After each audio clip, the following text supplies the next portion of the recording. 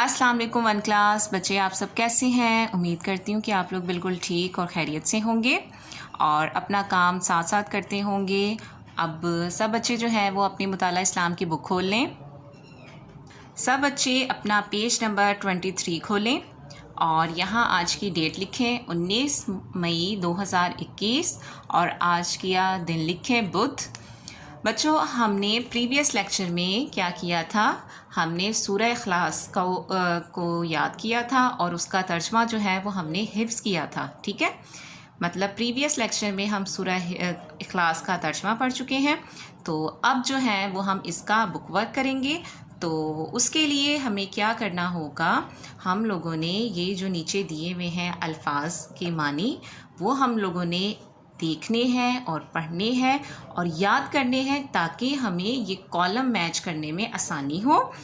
तो ये आपके सामने ये सारे अरबी के अल्फाज हैं और ये उर्दू के अल्फाज हैं। हमने कॉलम से जो है अरबी वाले के उर्दू वाले मानी से मैच करना है। जैसे यहाँ आपके सामने लिखे हुए हैं तो हमने यहाँ से ढूंढकर यहाँ मैच करना है। उसके बाद हम लोग क्या करेंगे, इसे याद करेंगे। ठीक है, तो पहला लफ्ज़ देखें, अस्समदु। अस्समदु का मानी यहाँ से हम चेक करते हैं क्या लिखा हुआ है, बेनियाज। तो हमने क्या करना है, लेड पेंसिल से अस्समदु को बेनियाज के साथ हम लोगों ने मैच कर देना है। ठीक है, अब कुल, ये देखिए क्या लिखा हुआ, कुल का मानी क्या है, कह दीजिए। तो आपने यहाँ से कुल को कह दीजिए के साथ जो है वो मैच कर देना है। ठीक है, आप लोगों ने स्केल के साथ मैचिंग करनी है। मैं सिर्फ और सिर्फ वीडियो बनाने की वजह से आप लोगों के लिए सामने जो पेंसिल से कर रही हूँ, मैं एक हाथ से मोबाइल पकड़ा हुआ होता है तो इस वजह से मैं स्केल यूज़ नहीं कर सकती, लेकिन आप सब ने नीट करना है। ठीक है, अब नेक्स्ट देखें, लम। लम का मतलब क्या है, ये देखें, लम का मतलब है नहीं। तो आपने यहाँ से नहीं के साथ मैच कर देना है। वाह का मतलब होता है और, तो यहाँ से हम और के साथ मैच करेंगे। आहदु मतलब, आहद का मतलब देखिए क्या है, आहदुन का मतलब होता है एक।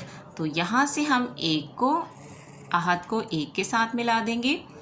लाहू, लाहू देखें, लाहू का मतलब है उसकी। तो यहाँ से हम ढूंढेंगे उसकी लफ्ज़ जो है मानी, हम उससे मैच कर देंगे। अब दो रह गए, हुआ।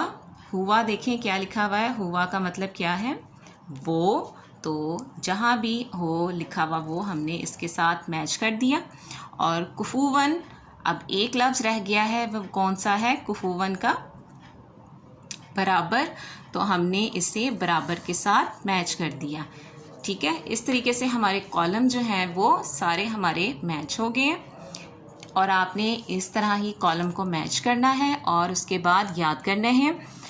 तो अब देखें नीचे क्या लिखा हुआ है, सूरह इखलास में अल्लाह ताला के बारे में बयान की जाने वाली बातों पर आपने किसका, टिक का निशान लगाना है। ठीक है, तो अब हमने ये तर्जमा याद किया हुआ था, तो तर्जमे में जो बातें बयान की गई हैं उसी में से यहाँ कुछ बातें लिखी हुई हैं और कुछ बातें जो हैं वो उन्होंने गलत लिखी हुई है। तो जो सूरह इखलास में हमने याद किया है वो वाली लाइंस को जो हमने टिक कर देना है और बाकी लाइंस को हमने छोड़ देना है। ठीक है, तो अल्लाह एक है उसमें लिखा हुआ है तो हमने इस पे लगा देना है टिक का निशान। अल्लाह ताला सबसे बड़ा है, नहीं है। अल्लाह ताला किसी का बाप है ना बेटा है, ये लिखा हुआ है, इस पे हम टिक का निशान लगाएंगे। अल्लाह ताला हमसे बहुत प्यार करता है, ये बिल्कुल नहीं लिखा हुआ। अल्लाह ताला बेनियाज है, टिक। अल्लाह ताला हमारा मालिक है, ये भी नहीं लिखा हुआ। और कोई इसकी बराबरी नहीं कर सकता, ये हो गया। ठीक है, तो ये वाले चार जो स्टेटमेंट्स थी वो हमारी सूरह इखलास में लिखी हुई थी, तो हमने उस पर निशान लगा दिया है। तो आप लोगों ने इसे याद करना है और सही तरीके से आप लोगों ने ये कॉलम मैच करने हैं और इंशाल्लाह फिर नेक्स्ट लेक्चर में मुलाकात होगी। अपना बहुत ख्याल रखिएगा। अल्लाह हाफिज़।